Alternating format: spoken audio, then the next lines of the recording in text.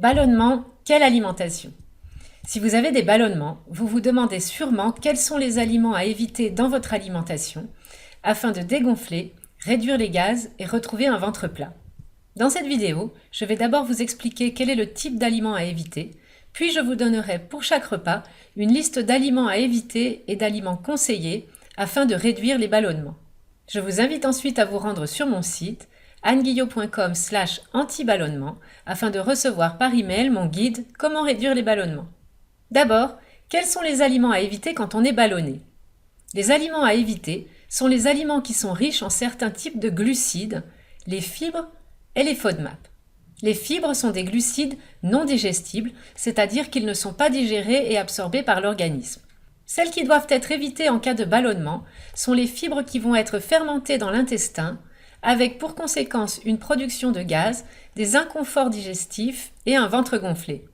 Les FODMAP sont des glucides qui ne sont pas complètement digérés ou absorbés dans l'intestin quand on a des ballonnements et qui vont causer des symptômes. Le régime pauvre en FODMAP ou bien contrôlé en fibres sont des régimes très efficaces afin de réduire les ballonnements et retrouver un ventre plat. Dans de nombreux cas, nous allons également limiter les aliments contenant du gluten qui sont difficiles à digérer quand on ballonne. Ballonnement, que manger au petit déjeuner? Au petit déjeuner, plusieurs options sont possibles en fonction de l'intensité et de la fréquence de vos ballonnements, ou bien également de votre transit intestinal au lever.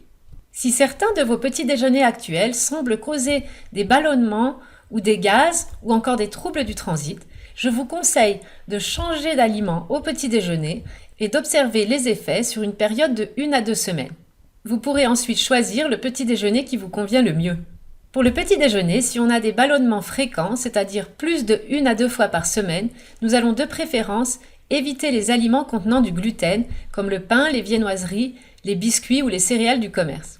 Le gluten est présent principalement dans les céréales suivantes: blé, épeautre, orge, seigle. Le petit épeautre peut par contre être consommé. Quel pain pour éviter les ballonnements? On va limiter ou éviter le pain blanc, le pain de mie, la baguette et tous les pains complets ou aux céréales.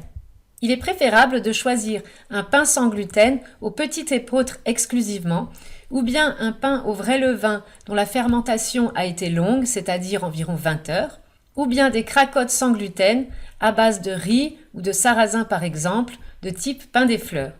Ces pains et ces cracottes devraient vraiment vous aider à limiter les ballonnements au petit déjeuner.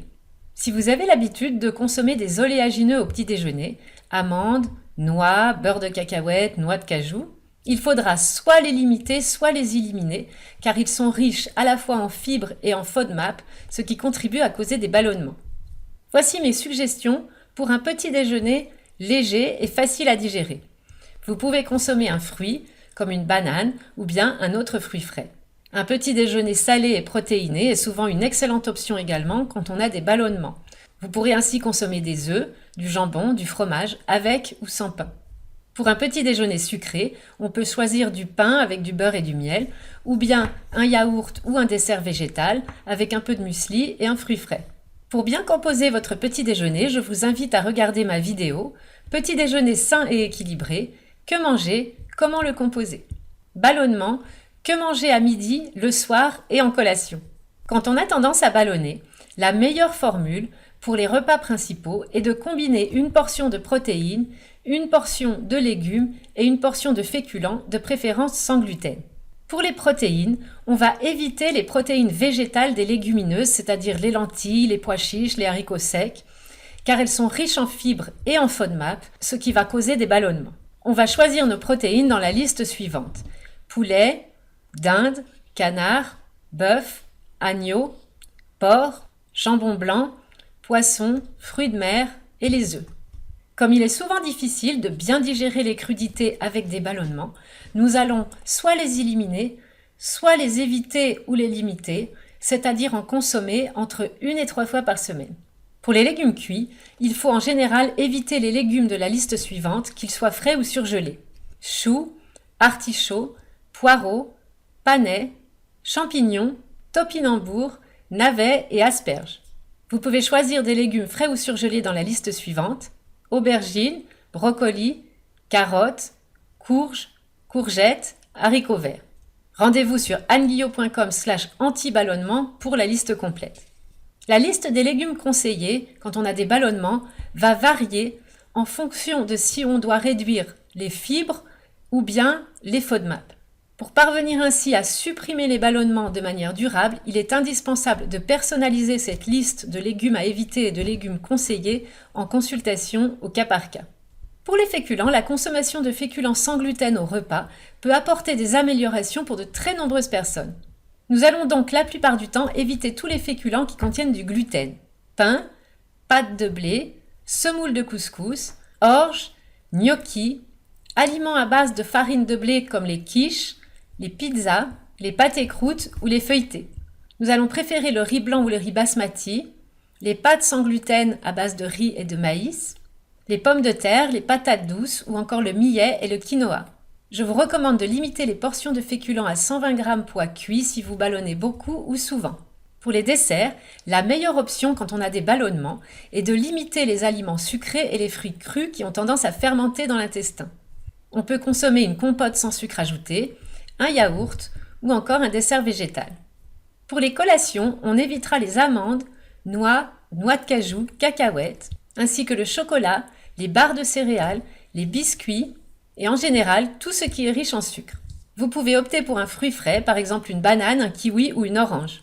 On évitera les pommes crues, mais les compotes de pommes sans sucre ajouté peuvent être consommées sans aucun problème. Les compotes sont d'ailleurs toujours un excellent choix quand on a des ballonnements.